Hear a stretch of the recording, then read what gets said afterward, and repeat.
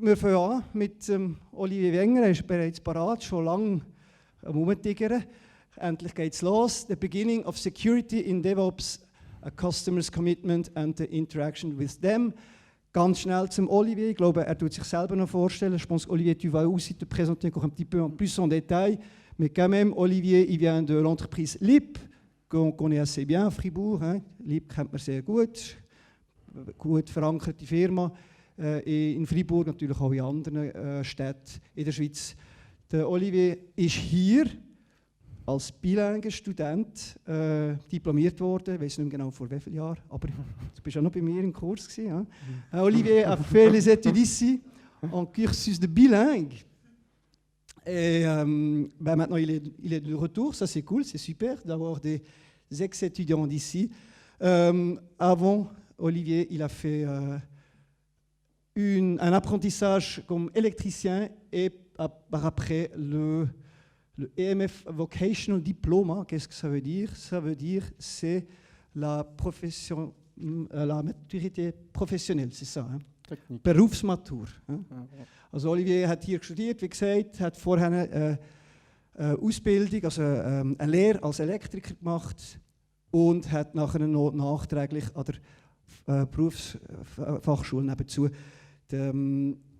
die Berufsmatur, Entschuldigung, jetzt habe ich gerade einen Knopf gehabt, Berufsmatur gemacht. Bevor bei LIP war, 2 Jahre, Unisys plus ou moins. Genau. 2 ans chez Unisys et puis tout ce qui était avant, soit c'est toi qui dis ou bien c'est pas ce qui est de grande importance maintenant. Olivier, the stage is yours. Merci vielmals. Merci Mike. Alors, bonjour à tous, puis bienvenue sur ma présentation sur le lancement de DevSecOps et aussi l'engagement du client et les interactions que l'on peut avoir avec celui-ci. Donc, d'abord, je suis Olivier Wenger, comme dit auparavant. Je suis maintenant ingénieur DevOps depuis 3 ans chez LIP et auparavant j'étais développeur à Unisys à Berne. Déjà, alors, ça c'est notre agenda, mais on va plutôt passer directement à LIP. À LIP, on est un peu plus de 220 employés, on est répartis sur 6 bureaux en Suisse. Et on a principalement un objectif qui est le progrès digital et humain. Donc chez LIP, on fait beaucoup de choses. On a pas mal de domaines d'expertise. La plupart sont plutôt des agences web où on entend rarement parler de sécurité. Moi, je travaille dans l'équipe Moodle. On a vraiment une flotte de 100 instances Moodle qui fait du hosting pour différentes écoles et entreprises telles que le PFL. Donc, dans ces contrats-là, on va prévoir justement de la sécurité parce que Moodle étant un produit open source, les gens pourraient l'héberger eux-mêmes, mais s'il faut appeler à une entreprise, c'est justement parce qu'ils veulent de la sécurité. En plus de Moodle, j'assiste aussi à différentes équipes dans la mise en place de pipelines CI/CD, puis aussi la maintenance d'autres infrastructures, surtout Kubernetes. Du coup, commençons par les principales différences entre DevOps et DevSecOps. Donc, déjà avant DevOps, les équipes Dev et Ops se rencontraient généralement 2 fois par année pour faire une release et le reste du temps, ils ne se voyaient pas. C'est un peu le principe. Du coup, avec DevOps, l'idée, c'est vraiment de mettre ces 2 équipes ensemble dans un seul but, d'augmenter la fréquence de déploiement. Pour ça, on a plusieurs outils. On va utiliser l'intégration continue, la livraison en continu et le déploiement en continu principalement. Pour DevSecOps, on va garder tout ça. On va garder ces principes, on va garder notre intégration continue, mais notre priorité, c'est d'augmenter la sécurité de notre application et pas d'augmenter encore plus la fréquence. Du coup, on garde tous ces outils continus, mais avec ça, on va rajouter vraiment les tests de sécurité automatisés, la modélisation de tests, la gestion des incidents, la modélisation des dangers aussi, ainsi que les CWOS, les faiblesses et software et hardware qui sont les plus courantes en fait, que l'on retrouve régulièrement aussi. Quelques points importants, c'est que DevSecOps, la sécurité doit être présente à chaque étape. C'est un point qui est souvent oublié, c'est qu'on pense à la sécurité seulement au moment où on doit déployer ou packager notre application. Mais en fait, la sécurité elle va être déjà à la négociation du contrat, elle va déjà être présente aussi au moment où il faudra choisir peut-être des partenaires, des hébergeurs. Donc vous avez vraiment à retrouver à chaque étape de ce schéma. Aussi, DevSecOps ne peut pas être présent si vous n'implémentez pas déjà DevOps. Donc vous n'allez pas pouvoir faire des tests automatisés si vous n'avez absolument aucune pipeline. Ça va être un peu compliqué. Enfin oui, vous pourriez, mais c'est des fois compliqué. Et finalement, un point que je remarque beaucoup dans les équipes agiles qui travaillent en sprint, qu'ils oublient souvent ça, c'est qu'on est content, on fait des tests unitaires, on fait des tests de vulnérabilité dans le code, on met ça dans le pipeline à chaque commit. Et après, plus de développement pendant 2 ans, pas de commit, l'application n'est pas mise à jour. Donc vraiment avoir aussi des tests hebdomadaires, par exemple, qui vont régulièrement retester le code ou scanner les containers qui sont en train de tourner, c'est aussi quelque chose qui est nécessaire, typiquement. Finalement, je vais parler maintenant de la gestion des incidents. J'ai malheureusement eu la chance de rencontrer pas mal d'incidents. Généralement, les incidents les plus simples, c'est ceux qui ne sont pas visibles par le client parce qu'en fait, vous avez un peu, en théorie, le temps que vous voulez pour y résoudre. L'idée, quand c'est un incident de sécurité, tel qu'une dépendance à mettre à jour, comme ça, vous voulez le faire rapidement. Mais du coup, la première étape qui peut sembler logique, c'est d'être informé qu'il y a un problème. Typiquement, ça nous est arrivé en 2021 dans mon équipe. On a vu qu'il y avait une faille Log4j et on était « Ah ouais, bon, bah, nous, notre application en PHP, c'est pas notre problème. » Et on a remarqué 2 semaines après, en fait, qu'on utilisait Solar pour notre application qui, lui, était touché par la faille de Log4j. Donc, suite à ça, on a vraiment cherché à trouver des outils qui nous permettaient d'être avertis par technologie quand on avait un problème.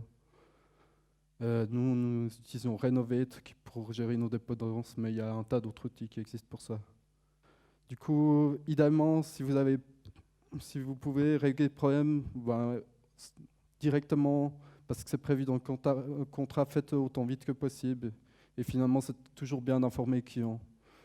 Parce que des fois, les clients ils vont être avertis après vous qu'il y a par exemple une faille de sécurité qui apparaît et ils vont vous demander mais est-ce que vous avez fait quelque chose pour cette faille de Log4j et là, si vous les avertissez dès le départ, c'est plus simple. Après, les incidents plus compliqués, ceux qui vont vraiment impacter l'utilisateur tout de suite, que ce soit des incidents de sécurité, mais ça peut aussi être des incidents pour un bug majeur dans une application à un moment critique.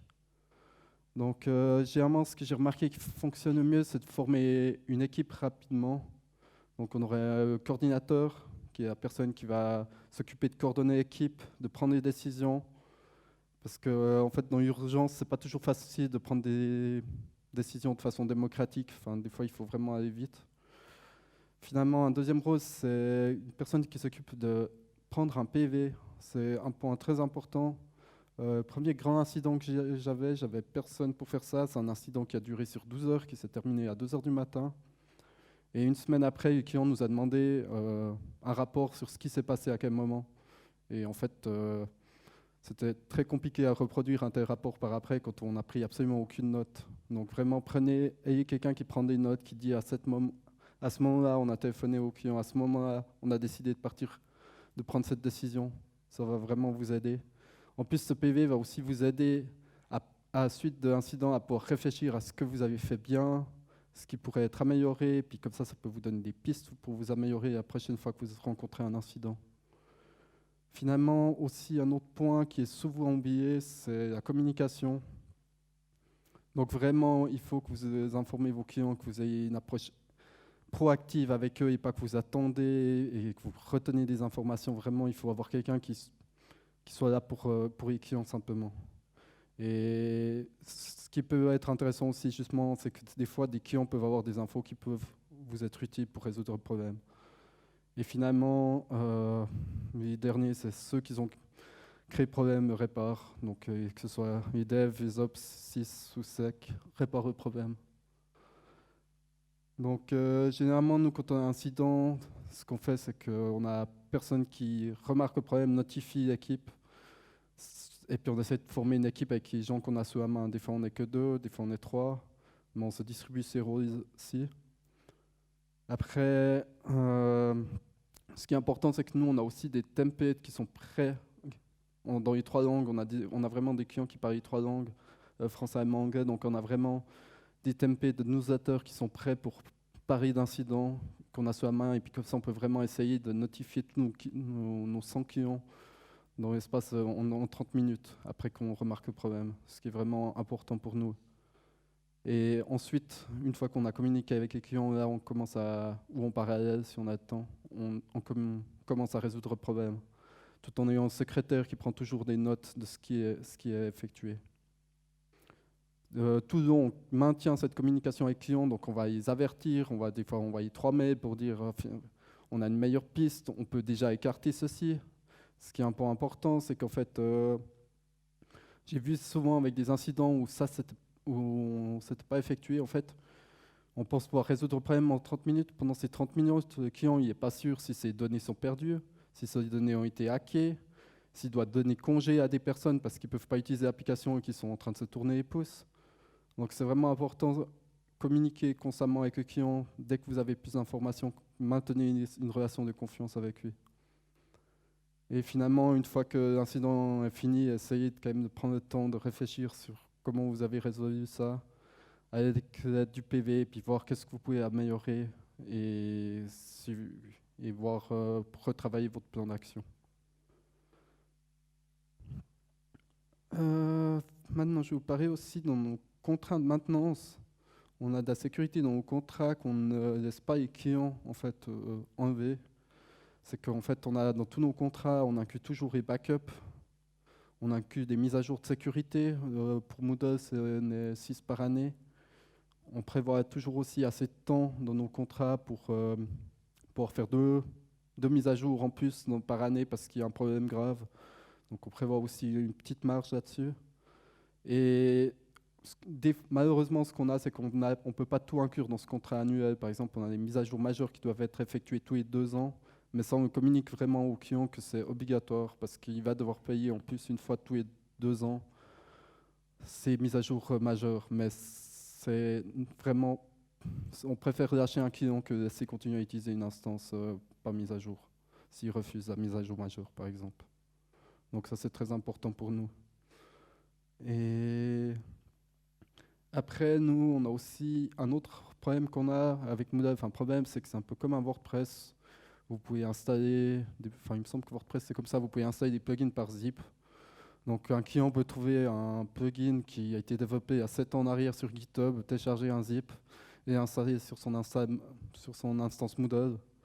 Donc nous, on a vraiment une approche où on laisse la main au client autant que possible, mais seulement d'une façon sécurisée. Tout ce qu'on pense qui peut être un danger pour lui-même, on ne laisse pas faire. Et notamment l'installation de plugins par l'utilisateur, on l'a désactivé. Et chaque fois qu'un client veut installer un plugin, en fait, il doit venir vers nous et nous, on fait une analyse de sécurité qui va nous prendre entre 2 et 8 heures, où on vérifie si c'est encore maintenu, est-ce que ça a respecté les licences. Moodle étant open source, tout plugin qui est installé sur Moodle doit être GPL-v3. Est-ce que ça respecte GDPR? Est-ce que ça passe des tests basiques d'analyse de code statique? On vérifie aussi nous-mêmes le code, vraiment, on va regarder chaque classe. Est-ce que ça demande des capabilities qui sont fournies par Moodle? Est-ce que ça communique bien avec l'API d'une façon sécurisée? Est-ce que ça communique avec des systèmes externes sans en avertir l'utilisateur aussi?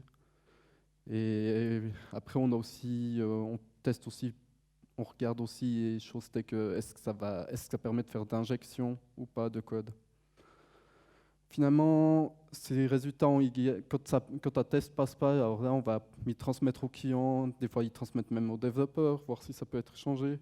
Vraiment dans une approche, on n'est pas là pour pointer du doigt, mais plutôt pour éduquer aussi les clients à cette culture de sécurité. Et au final, c'est un peu déroutant pour les clients au début quand on ne reste pas installer un plugin. Mais avec des clients de longue date, ils apprécient de savoir qu'une fois qu'on leur dit le go, c'est que c'est vraiment bon. C'est quelque chose qu'ils apprécient. Après, on a aussi un gros problème qu'on a, c'est qu'on travaille du coup avec énormément de personnes dans nos clients comme ça qui ne sont pas forcément très avertis niveau sécurité ou même au sein de l'IP. Donc on a aussi pas mal de soucis avec des fois les canaux de communication.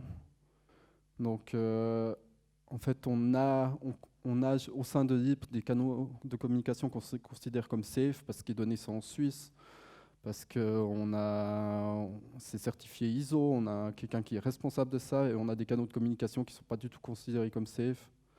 Et du coup, ça, c'est vraiment quelque chose où on a des règles claires qu'il faut que les personnes respectent, de savoir où c'est qu'ils peuvent envoyer un mot de passe.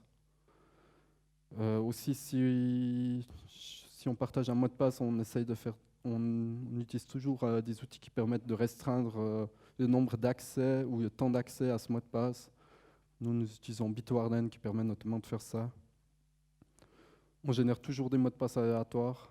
Donc ça, c'est vraiment aussi quelque chose que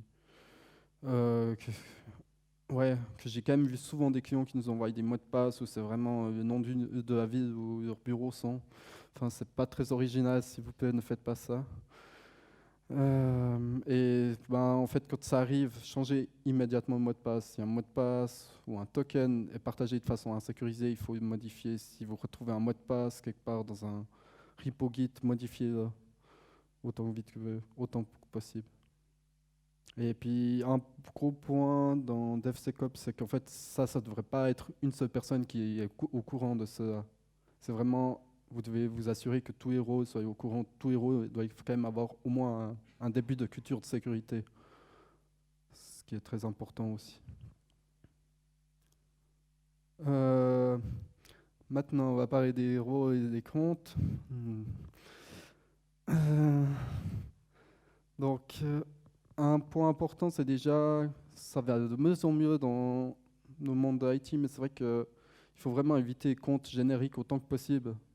Ces comptes ne sont souvent pas suspendus, le mot de passe pas modifié, donc quelqu'un qui quitte la boîte peut réutiliser ce compte, et surtout, ils sont durs à auditer, du coup on ne sait pas qui a utilisé le compte, et du coup ça peut être quelqu'un qui a quitté la boîte et qui utilise toujours, et qu'en fait on ne le saura jamais. Donc vraiment éviter autant que possible les comptes génériques. Utiliser du single sign-on avec du in et offboarding si possible. Donc nous on a vraiment tout un processus à chaque fois que quelqu'un vient dans la boîte et quitte la boîte.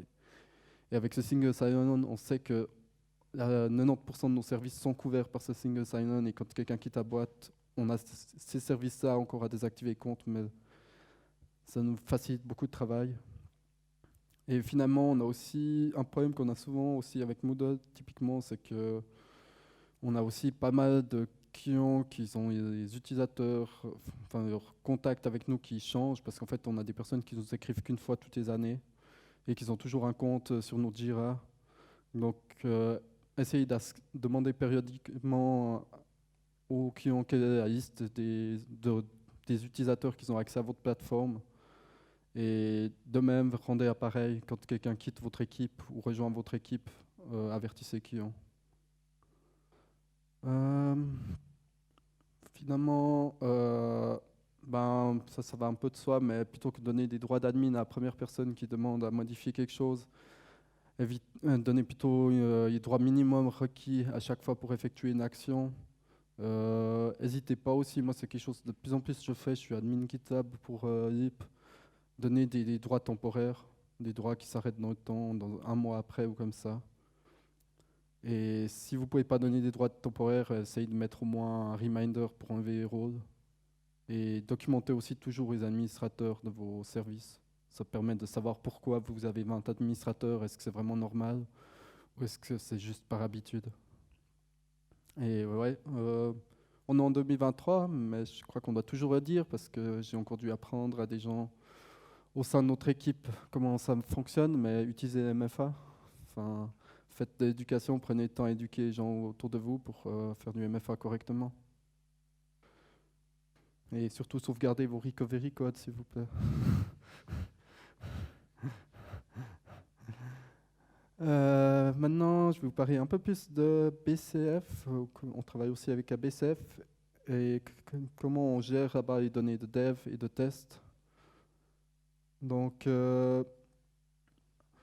généralement, pour les données de dev et test, c'est quelque chose qui est important en fait, d'en parler assez tôt. C'est parce que, ouais, c'est vraiment, je vais revenir sur ça plus tard, mais c'est important d'en parler tôt. Mais déjà, suivant la taille et prérequis de votre application, en fait, vous aurez besoin d'autre chose qu'une prod, genre un staging ou une pré-prod.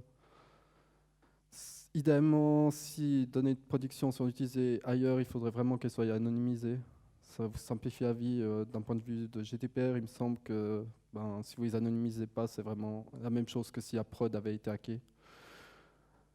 Un autre point que j'ai remarqué qui nous ralentit des fois pas mal chez Leap, en fait, c'est que on a toute une pipeline DevOps, on est content, on a l'anonymisation des données, mais ceci est fait après un prestataire externe et est pas automatisé. Et du coup, on doit attendre 2 semaines pour avoir de nouveau un staging dans un état normal. Donc ça devrait être automatisé aussi autant que possible, c'est justement ce genre de choses.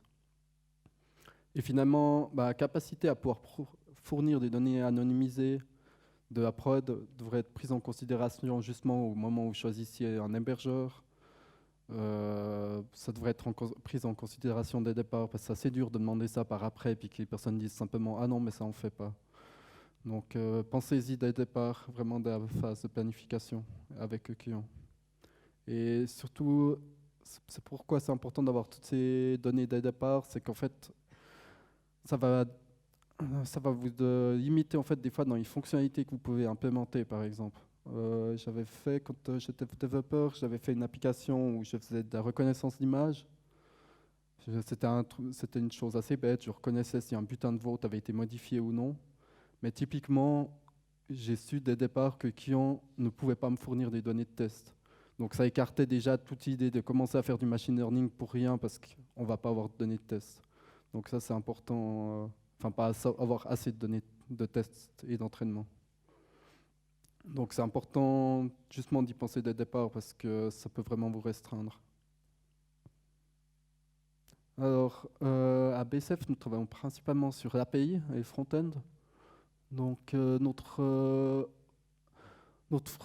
API en fait prend des données depuis d'autres services qui ne sont pas développés par Leap. Et du coup, nous ce qu'on a dans nos...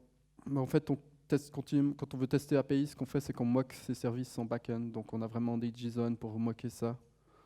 Ça fonctionne assez bien puisque c'est vraiment une API et pas un back-end à proprement parler. La business logic est peu, voire pas présente. C'est vraiment de la transformation de données et du coup, on n'a pas non plus besoin d'avoir énormément de données pour tester ça. Ouais, l'avantage de ça, c'est qu'on n'a pas besoin d'être anonymisé, ils prennent pas beaucoup de place. Ça peut être cool au début pour couvrir certains cas de figure spéciaux. On n'est pas dépendant de personne pour y donner moquer.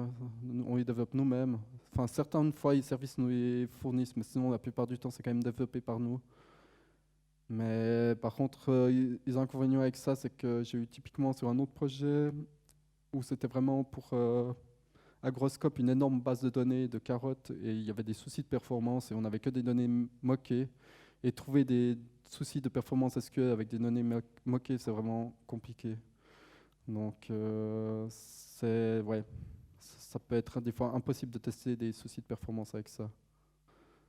Et ouais, des fois, en fait, comment vous pensez que l'application est utilisée avec vos données moquées que vous avez créées peut ne pas du tout ressembler à la réalité de comment le client l'utilise aussi. C'est un inconvénient certaines fois. Du coup, nous, pour les données de staging sur BCF, c'est un peu spécial. C'est qu'on a un mix de données fictives et de vraies données. C'est qu'en fait, on a un faux utilisateur qui est sur la base de données de production, qui lui a un tas de comptes en banque, qui a toutes les options possibles et imaginables. Et en fait, quand quand l'hébergeur nous restaure le staging à partir de la prod, il donne accès seulement à ce compte qui est utilisé. Tout reste des comptes est inutilisable. Et ben, ce qui est bien avec ça, c'est que c'est généralement, c'est pas mal, enfin c'est vraiment facile à mettre en place. Il n'y a pas d'anonymisation des données. Après, ça va pour tester la performance d'un point de vue d'un seul utilisateur. Mais dans le cas de cette application, justement, ça va bien.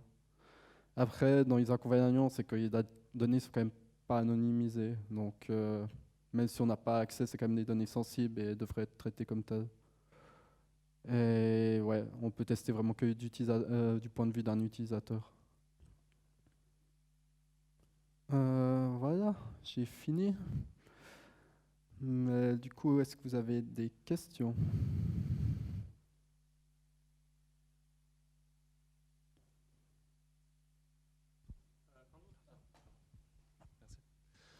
Quand vous faites donc pour Moodle, quand vous installez les plugins pour vos clients, s'il y a des mises à jour, c'est aussi vous qui faites les analyses, vous refaites des analyses continuellement pour les mises à jour des plugins ?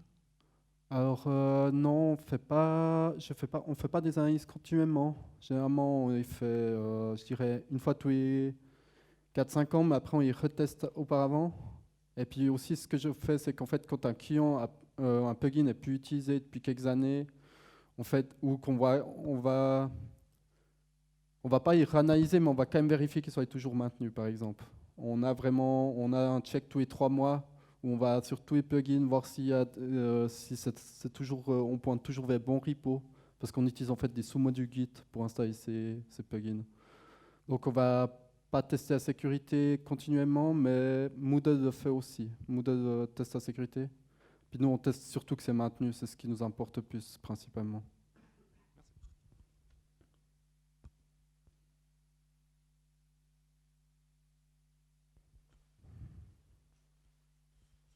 Merci, merci pour votre présentation.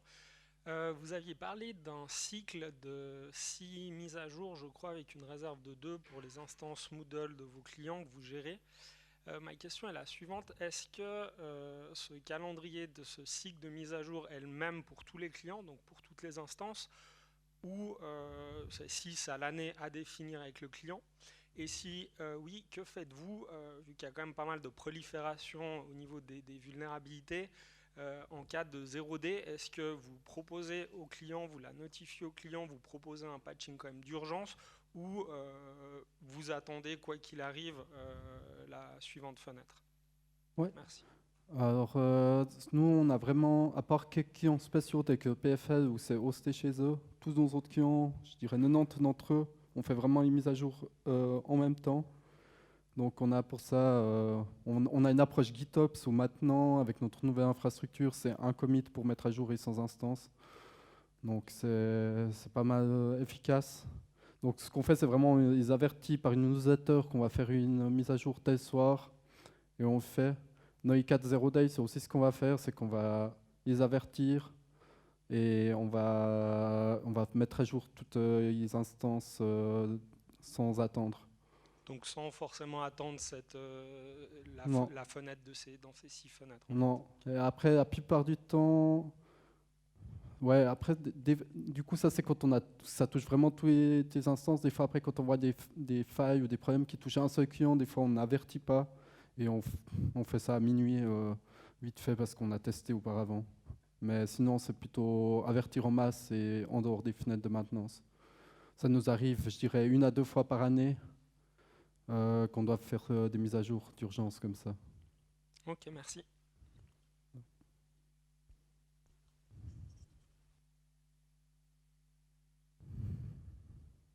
D'autres questions? Moi, j'ai aussi encore une petite question. Au début, tu as dit que vous dites aux clients tout au début qu'il y a des règles de jeu niveau sécurité. Quelle est la réaction du client? Je veux dire, si dans une première discussion avec le client, vous dites mais si jamais on fait comme ça, est-ce qu'il y a un peu de la surprise ou bien ils sont très ouverts pour ces règles de jeu? Alors, on va dire que nos clients, c'est très divers. On a des clients qui ont des instances Moodle jusqu'à 30 000 utilisateurs. Donc ceux-ci sont généralement assez au clair au niveau sécurité, ils comprennent bien. Mais dans les petits clients qui ont des fois une école de 30 personnes qui fait du solfège, là c'est un peu plus compliqué. Surtout qu'en fait, ce qui est bête, c'est même pas l'aspect ce qui dérange, c'est pas que de faire une mise à jour, c'est de devoir s'adapter à une nouvelle interface. C'est qu'à l'interface de la nouvelle version, elle va changer, et ils sont mais on peut pas rester sur l'ancienne version. Mais généralement, en fait, c'est toujours par après qu'ils viennent. Au moment de signer le contrat, ils sont au clair et tout. Et 2 ans après, quand on doit faire une mise à jour majeure, malgré que nous les avons avertis, ils oublient et puis ils sont là, est-ce qu'on doit vraiment la faire? On ne peut pas attendre un peu. Et à ce moment-là, j'ai toujours un peu, j'utilise des cas de figure de personnes qui n'ont pas eu de chance, d'écoles suisses qui se sont fait hacker pour leur expliquer pourquoi on fait ça. Et généralement, ça aide.